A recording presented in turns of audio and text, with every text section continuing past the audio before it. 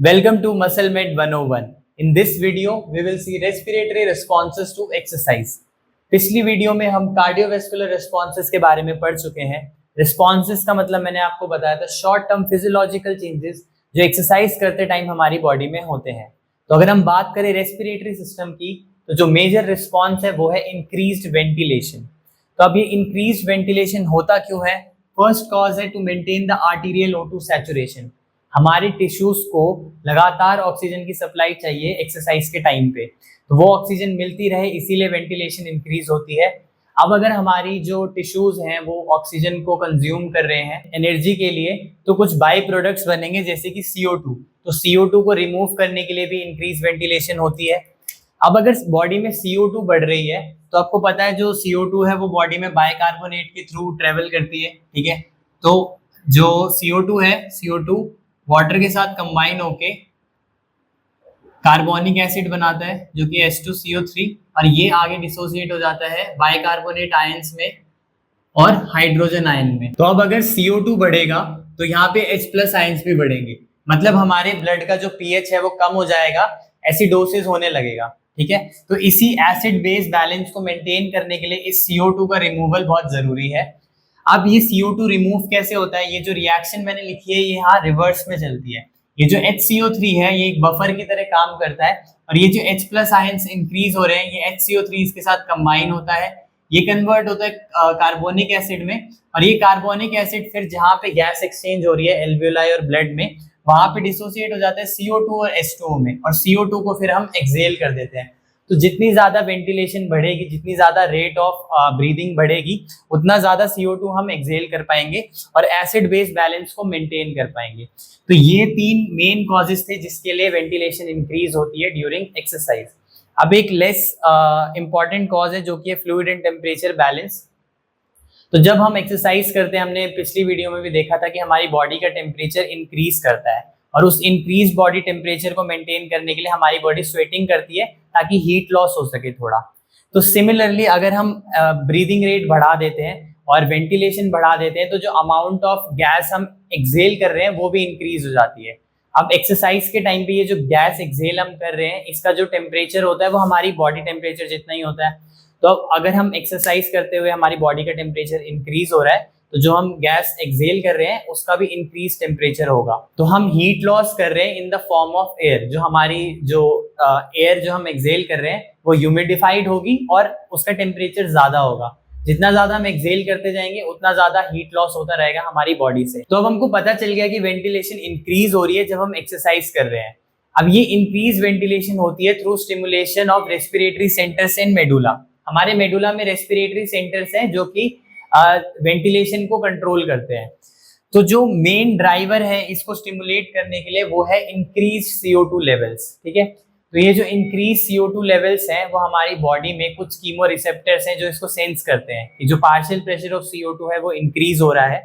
तो वो जो रिसेप्टर्स होते हैं वो लाई करते हैं सेंट्रली, जिनको हम सेंट्रल कीमो रिसेप्टर्स भी बोलते हैं। अभी जो सेंट्रल कीमो रिसेप्टर्स हैं ये मेडुला के अराउंड लाई करते हैं, और उसके साथ साथ और CNS के पार्ट्स में भी और ब्रेन में भी लाई करते हैं। तो सेंट्रल रिसेप्टर्स जो है वो सेंसिटिव होते हैं CO2 से। तो जैसे ही CO2 लेवल इंक्रीज होता है ब्लड में, तो ये स्टिमुलेट करता है रेस्पिरेटरी सेंटर्स को जो कि हमारे मेडुला में है, VRG और DRG, ठीक है। उसके साथ साथ जो इंक्रीज H+ आयन है वो भी इसको स्टिमुलेट कर सकते हैं थ्रू लेसर एक्सटेंट, क्योंकि H+ आयंस जो ब्लड ब्रेन बैरियर है उसको इजीली क्रॉस नहीं कर पाते, तो टू लेसर एक्सटेंट ये भी इसको स्टिमुलेट करता है। पर हमने यहाँ पे देखा था कि आर्टीरियल O2 अगर कम होता है तो भी जो हमारा वेंटिलेशन है वो इंक्रीज हो जाता है, लेकिन सेंट्रल कीमो रिसेप्टर्स इस डिक्रीज ऑक्सीजन को सेंस नहीं करते हैं, ठीक है। वो सिर्फ इंक्रीज CO2 और H+ आयंस को सेंस करते हैं। तो हाइपरकैप्निया और एसिडोसिस के लिए सेंसिटिव है सेंट्रल कीमो रिसेप्टर, लेकिन हाइपोक्सिया के लिए सेंसिटिव नहीं है सेंट्रल कीमो रिसेप्टर्स, ठीक है। उसके लिए हमारे पास दूसरे कीमो रिसेप्टर्स है जिनको हम पेरिफेरल कीमो रिसेप्टर्स बोलते हैं।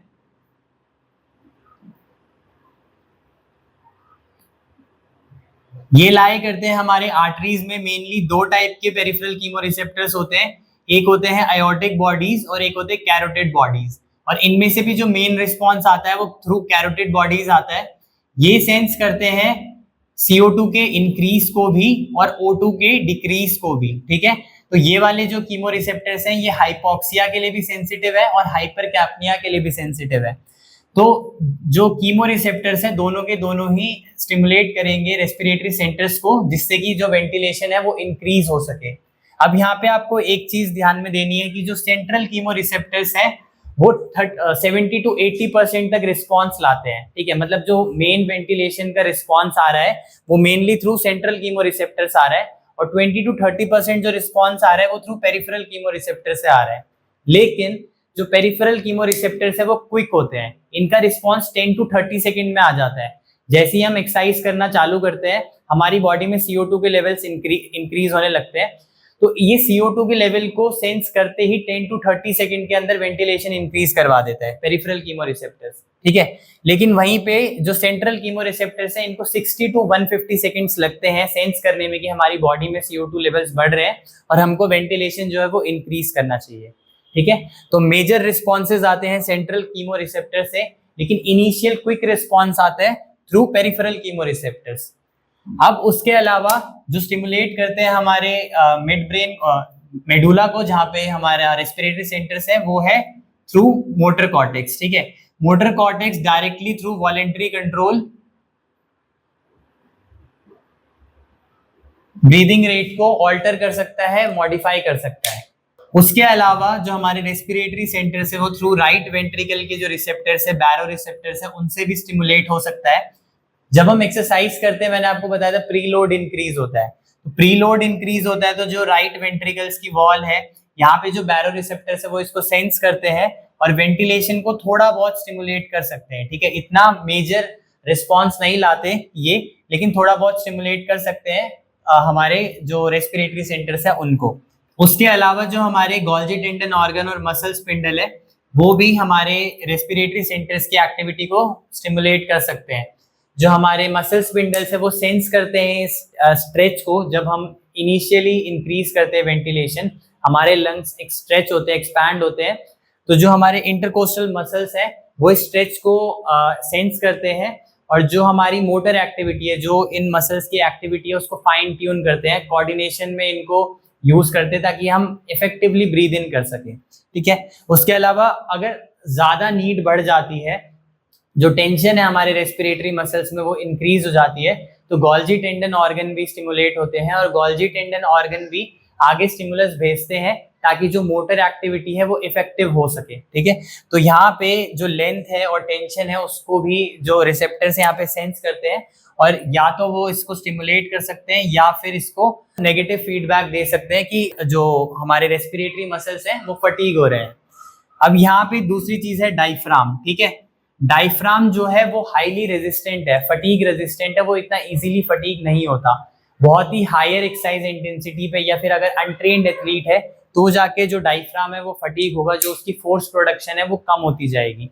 तो यहाँ पे हमारा डायफ्राम क्या करता है, डायफ्राम नेगेटिव फीडबैक देता है मोटर कॉर्टेक्स को कि जो मोटर एक्टिविटी है उसको कम करे, ठीक है। जो एक्सरसाइजिंग मसल के पास जो ऑक्सीजन जा रही है वो कम होए और ज्यादा से ज्यादा ऑक्सीजन जो है हमारे या ब्लड फ्लो जो है हमारे रेस्पिरेटरी मसल्स को मिल सके, जैसे कि डायफ्राम। तो ये तब होता है जब जो हमारा डायफ्राम है वो फटीग हो जाता है। तो इसका रीजन है यहाँ पे increase CO2 levels, increase lactic acid and H+ ions. तो जब ये इंक्रीज हो जाते हैं डायफ्राम में, तो ये से जो यहाँ पे मेटाबो रिसेप्टर्स हैं वो इसको सेंस करते हैं और नेगेटिव फीडबैक देते हैं मोटर कॉर्टेक्स को, और मोटर एक्टिविटी कम हो जाती है ताकि ज्यादा ऑक्सीजन मिल सके हमारे डायफ्राम को। इस रिफ्लेक्स को कहते हैं मेटाबो रिफ्लेक्स। अब कुछ और छोटी छोटी चीजें भी हैं जिससे हमारा रेट ऑफ ब्रीदिंग इफेक्ट हो सकता है या फिर हमारी वेंटिलेशन इफेक्ट हो सकती है। तो जब हम एक्सरसाइज करते हैं तो हमारी बॉडी में पेन हो सकता है, इमोशनल स्ट्रेस या एंजाइटी हो सकती है, और टेम्परेचर इंक्रीज होता है, जो कि हमने देखा। तो ये तीनों ही चीजें हमारे जो रेट ऑफ ब्रीदिंग है उसको इंक्रीज कर सकती है, और जो हमारा रेस्पिरेटरी सेंटर्स है ये स्टिमुलेट होते हैं वाया हाइपोथैलेमस, ठीक है। तो जो हमारा हाइपोथैलेमस है वो इन सारी चीजों को रेगुलेट करता है, पेन को, इमोशनल स्ट्रेस को, टेम्परेचर को, और ये स्टिमुलेट कर सकता है हमारे रेस्पिरेटरी सेंटर्स को, जिसकी वजह से जो वेंटिलेशन है वो इंक्रीज हो जाती है। तो ये सारे स्टिमुलस हैं जिसकी वजह से हमारा वेंटिलेशन जो है वो इंक्रीज होता है, और उसमें से जो मोस्ट इंपॉर्टेंट स्टिमुलस था वो था इंक्रीज CO2 लेवल। ठीक है, अब हम कुछ ग्राफ्स देख लेते हैं जिससे हम इसको इजीली समझ पाए। तो यहाँ पे जो सबसे नीचे ग्राफ बन रखा है वो है लाइट एक्सरसाइज का। ठीक है, ये जो हमारा 0 से 6 मिनट तक का टाइम पीरियड है, ये बता रहा है कि हमने एक्सरसाइज यहाँ पे स्टार्ट करी है और हमने यहाँ पे खत्म करी है। ठीक है, और ये जो ग्रीन वाली लाइन है ये उसका ग्राफ है जब हम लाइट एक्सरसाइज कर रहे हैं। एक्स एक्सिस में हमारे पास टाइम है, वाई एक्सिस में हमारे पास पल्मोनरी वेंटिलेशन है। तो जैसे कि हार्ट रेट का ग्राफ था कार्डियो रेस्पिरेटरी रिस्पॉन्सेज में, तो इसका ग्राफ भी कुछ वैसा ही होगा। जैसे जैसे हम एक्सरसाइज इंटेंसिटी इंक्रीज करेंगे पल्मोनरी वेंटिलेशन इंक्रीज होगी, फिर एक स्टेडी स्टेट पे पहुंचेगी, और जब हम एक्सरसाइज स्टॉप कर देंगे तो ये ड्रॉप होने लग जाएगी। अब यहीं पे अगर हम मॉडरेट एक्सरसाइज इंटेंसिटी के ग्राफ देखें तो ये इस तरीके से ऊपर जाएगा, और जब हम एक्सरसाइज स्टॉप कर देंगे तो स्लोली स्लोली नीचे आने लगेगा। ठीक है, और अगर हम हाई इंटेंसिटी एक्सरसाइज की बात करें तो वो भी इसके जैसा ही दिखेगा, और जब हम एक्सरसाइज स्टॉप कर देंगे तो स्लोली रेस्टिंग लेवल पे आने लगेगा। अब यहाँ पे एक चीज आपको दिख रही है जो कि मेन चीज है इस ग्राफ में देखने की, वो है कि एक्सरसाइज हमने इस टाइम पीरियड में स्टार्ट करी है। ठीक है, ये जो 0 टाइम फ्रेम है यहाँ पे एक्सरसाइज स्टार्ट करी है, लेकिन जो रेस्पिरेटरी इंक्रीज है, जो वेंटिलेशन का इंक्रीज है, वो पहले ही हो चुका है। लाइट एक्सरसाइज में वो यहाँ तक पहुंच चुका है, और हाई इंटेंसिटी एक्सरसाइज में एक्सरसाइज शुरू करने से पहले ही जो वेंटिलेशन का रेट है, जो ब्रीदिंग रेट है, वो बहुत ज्यादा इंक्रीज हो चुका है। तो इसको हम बोलते हैं एंटिसिपेटरी रिस्पॉन्स। यही सेम चीज कार्डियोवास्कुलर रिस्पॉन्सेज में भी होती है।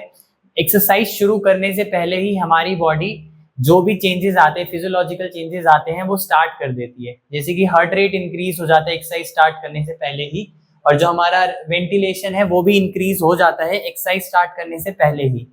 ये आपको पता है ये क्यों होता है? Due to sympathetic nervous system activity. हमारी बॉडी को प्रिपेयर करती है जो भी हम आगे एक्सरसाइज करने वाले हैं। ठीक है, यहाँ पे इनिशियली आपने देखा क्या चेंजेस आ रहे हैं। अब यहाँ पे एक और इम्पॉर्टेंट चीज आपको देखनी है कि यहाँ पे हम एक्सरसाइज को स्टॉप कर रहे हैं, लेकिन जो हमारा ड्रॉप है वेंटिलेशन का वो एकदम से नहीं हो रहा। अगर हमने एक्सरसाइज स्टॉप कर दी तो जो वेंटिलेशन का रेट है वो भी एकदम से ड्रॉप हो जाना चाहिए, लेकिन ये धीरे धीरे ड्रॉप होता है। कुछ मिनट्स के बाद हमारे नॉर्मल जो रेस्पिरेटरी रेट है उस पे आता है, क्योंकि ये डिपेंड करता है CO2 और जो हमारी बॉडी में H+ आयंस है उस पे। ठीक है, तो ये डिपेंड नहीं करता कि हमारी नीड क्या है उस टाइम पे। अगर हम एक्सरसाइज नहीं कर रहे हैं तो जरूरी नहीं है कि हमारा जो रेस्पिरेटरी रेट है एकदम से बेस लाइन पे आ जाएगा। जब तक हमारी बॉडी से जो मेटाबोलाइट्स है वो अच्छे से निकलेंगे नहीं, जो पार्शियल प्रेशर ऑफ CO2 है वो बेस लाइन पे नहीं आएगा, जो H+ आयंस है वो बेस लाइन पे नहीं आएंगे, जब तक रेस्पिरेटरी रेट इंक्रीज रहेगा और धीरे धीरे धीरे अपने नॉर्मल लेवल पे आएगा। अब यहाँ पे हम शुरू से ही इंक्रीज वेंटिलेशन के बारे में बात कर रहे हैं। अब वेंटिलेशन दो तरीकों से डिटरमाइन हो सकती है, या तो इंक्रीज रेट ऑफ ब्रीदिंग या इंक्रीज डेप्थ ऑफ ब्रीदिंग। अगर मैं लंबे लंबे सांस लूं तो भी वेंटिलेशन का रेट इंक्रीज हो जाएगा, या फिर मैं जल्दी जल्दी सांस लूं तो भी वेंटिलेशन का रेट इंक्रीज हो जाएगा। तो इनिशियली जब हम लोअर इंटेंसिटीज पे एक्सरसाइज करते हैं या फिर एक्सरसाइज करना शुरू करते हैं तो पहले डेप्थ ऑफ वेंटिलेशन इंक्रीज होता है, हम लंबे सांस लेने लगते हैं, अभी रेट इंक्रीज नहीं होता। और जैसे जैसे हम एक्सरसाइज इंटेंसिटी बढ़ाने लगते हैं तो जो हमारा रेट ऑफ वेंटिलेशन है या फिर रेट ऑफ ब्रीदिंग है वो बहुत ज्यादा इंक्रीज हो जाता है। तो इनिशियली डेप्थ बढ़ती है और लेटर ऑन जो हमारा रेट है वो इंक्रीज होता है। तो अब हम नेक्स्ट बढ़ते हैं ब्रीदिंग इररेगुलरिटीज ड्यूरिंग एक्सरसाइज पे। ठीक है, तो कुछ इररेगुलरिटीज हो सकती है जब हम एक्सरसाइज कर रहे हैं। फर्स्ट है डिस्निया। ठीक है, डिस्निया तब होता है जब हमारी बॉडी जो रिक्वायरमेंट है उसको मीट नहीं कर पाती, जो जितना ऑक्सीजन हमारी बॉडी को चाहिए उतना मिल नहीं पाता। तो ये तब होता है जब जो एथलीट है उसके जो रेस्पिरेटरी मसल्स है वो अंडर कंडीशनड होते हैं, या फिर अनट्रेन्ड एथलीट होता है और वो हायर एक्सरसाइज इंटेंसिटी पे जाने की कोशिश करता है, तो उसकी जो रेस्पिरेटरी मसल्स है बहुत ज्यादा जल्दी फटीग हो जाती है, जिसकी वजह से डिस्निया हो सकता है। सेकंड है हाइपर वेंटिलेशन। तो हम ये तो देख रहे हैं कि वेंटिलेशन इंक्रीज हमको करना ही पड़ेगा अगर एक्सरसाइज इंटेंसिटी हम बढ़ा रहे हैं तो, लेकिन जितनी ज्यादा नीड है वेंटिलेशन की, अगर उससे ज्यादा हमारी बॉडी वेंटिलेट कर रही है तो उसको हम बोलते हैं हाइपर वेंटिलेशन। तो ये हो सकता है एंटिसिपेटरी रिस्पॉन्स के टाइम में, जब हम कोई एक्सरसाइज करने वाले हैं या फिर कोई कॉम्पिटिशन है तो एंजाइटी की वजह से जो ये एंटिसिपेटरी रिस्पॉन्स है ये और ज्यादा इंक्रीज हो सकता है, और इंक्रीज वेंटिलेशन की वजह से जो हमारा पार्शियल प्रेशर ऑफ CO2 है वो कम हो जाएगा, क्योंकि जितना ज्यादा वेंटिलेट हम करेंगे उतना ज्यादा CO2 हम एक्सेल करेंगे और पार्शियल प्रेशर ऑफ CO2 कम हो जाएगा। पार्शियल प्रेशर ऑफ CO2 कम होने को ये सेंस करेंगे और नेगेटिव फीडबैक देंगे इसको कि अब जो वेंटिलेशन है उसको कम करो। तो एंजाइटी की वजह से हाइपर वेंटिलेशन होगी, और हाइपर वेंटिलेशन होने की वजह से जो ड्राइव है वेंटिलेशन बढ़ाने की, ऑक्सीजन लेने की, वो कम होने लगेगी। और कुछ रेस्पिरेटरी डिसऑर्डर में भी ये हो सकता है कि जो हमारे लंग्स है वो हाइपर वेंटिलेट करें। ठीक है, नेक्स्ट है वेल्सेल्वा मैन्योवर। तो वेल्सेल्वा मैन्योवर कोई इरेगुलरिटी नहीं है, ये जरूरी होता है हैवी लिफ्टिंग के टाइम पे। वेल्सेल्वा मैन्योवर में हम ब्रेथ होल्ड करते हैं जब हम हैवी लिफ्ट कर रहे होते हैं, ताकि हमारा जो कोर है वो ब्रेस्ड रह सके। तो वेल्सेल्वा मैन्योवर में जो हमारा इंट्रा एब्डोमिनल प्रेशर है वो इंक्रीज होता है, और जो हमारा इंट्रा थोरैसिक प्रेशर है वो इंक्रीज होता है। तो ये इंक्रीज्ड प्रेशर की वजह से जो आसपास की वेन्स है वो कंप्रेस होने लगती है। इंट्रा थोरैसिक प्रेशर इंक्रीज होते ही जो इंफीरियर वेना कावा है मेनली वो कंप्रेस होती है, और हमारे हार्ट को जो ब्लड सप्लाई आ रही थी वो कम हो जाती है। तो प्रीलोड कम होगा, जो राइट वेंट्रिकल में ब्लड आ रहा था वो कम होगा, जिसकी वजह से जो कार्डियक आउटपुट आगे निकलेगा वो कम हो जाएगा, और हमारा जो ब्लड प्रेशर है वो डिक्रीज हो जाएगा। तो वेल्सेल्वा मैन्योवर के फेजेस हैं जो आप यहाँ पे देख रहे हैं। तो फर्स्ट फेज में जो आर्टीरियल प्रेशर है वो बहुत ज्यादा इंक्रीज हो जाएगा due to increase intra abdominal and intra thoracic pressure. जैसे जैसे हम ब्रेथ होल्ड को मेंटेन करेंगे तो एकदम से हमारा जो ब्लड प्रेशर है वो ड्रॉप होगा, क्योंकि कार्डियक आउटपुट ड्रॉप हो जाएगा। मैंने आपको बताया इंफीरियर वेना कावा अब कंप्रेस हो रही है, प्रीलोड आएगा नहीं हार्ट के पास, हार्ट ज्यादा कार्डियक आउटपुट निकालेगा नहीं, तो इसीलिए ब्लड प्रेशर हमारा कम हो जाएगा। इसको कंपनसेट करने के लिए जो हमारा हार्ट रेट है वो इंक्रीज होगा। ये जो ग्राफ है ये वेल्सेल्वा मैन्योवर का ग्राफ है जो आपको दिख रहा है। तो जब हम ब्रेथ होल्ड कर रहे हैं ड्यूरिंग एक्सरसाइज तो सडनली हमारा जो बीपी है वो ड्रॉप हो सकता है, ये आपको ध्यान रखना है। अब नेक्स्ट है एक्सरसाइज इंड्यूस्ड आर्टीरियल हाइपोक्सीमिया। अब यहाँ पे हमने जितनी भी चीजें देखी हमने देखा ज्यादातर अनट्रेन्ड एथलीट में हो रही है, लेकिन ये जो एक्सरसाइज इंड्यूस्ड आर्टीरियल हाइपोक्सीमिया है ये ज्यादातर एलीट एथलीट्स में होती है। कैसे? अब यहाँ पे हमने देखा आर्टीरियल हाइपोक्सिया मतलब आर्टरी में जो ऑक्सीजन का लेवल है वो कम हो रहा है। तो जो एलीट एंड्योरेंस एथलीट है हमने उसमें देखा था उनका जो कार्डियक आउटपुट है वो बहुत ज्यादा हो जाता है, ठीक है, बहुत ज्यादा इंक्रीज हो सकता है। तो जिसकी वजह से वेंटिलेशन परफ्यूजन मिसमैच हो सकता है, क्योंकि अब जो हमारा लंग है, लंग के नीचे से ब्लड सप्लाई जा रही है जहाँ पे गैस एक्सचेंज हो रहा है थ्रू एल्वियोलाई। तो जितना ज्यादा कार्डियक आउटपुट होगा उतना ज्यादा जल्दी जल्दी यहाँ से ब्लड निकलेगा और कम टाइम मिलेगा ऑक्सीजन को यहाँ पे सैचुरेट होने के लिए। जो एल्वियोलाई से ऑक्सीजन है वो जो ब्लड है उसमें इतनी तेजी से नहीं जा पाएगी। तो एंड्योरेंस एथलीट्स में जब बहुत ज्यादा डिमांड बढ़ जाती है ऑक्सीजन की तो तब एक्सरसाइज इंड्यूस्ड आर्टीरियल हाइपोक्सीमिया हो सकता है due to ventilation perfusion mismatch. अब यहाँ पे हम एक और ग्राफ देखते हैं जो कि है between VO2 max and ventilation, ठीक है। तो सेम ये वेंटिलेशन है जिसको लीटर पर मिनट में लिखा हुआ है, और यहाँ पे मैंने बोला VO2 मैक्स। तो यहाँ पे ये एग्जैक्टली VO2 मैक्स नहीं है, ये रनिंग स्पीड है, ठीक है। जहाँ जिस स्टडी से ग्राफ लिया है उसमें ये रनिंग स्पीड है जो कि ये बता रहा है कि एक्सरसाइज इंटेंसिटी कितनी है। तो जितना ज्यादा रनिंग स्पीड बढ़ेगी उतना ज्यादा एक्सरसाइज इंटेंसिटी बढ़ेगी और उतना ज्यादा VO2 मैक्स रिक्वायरमेंट होगी, ठीक है।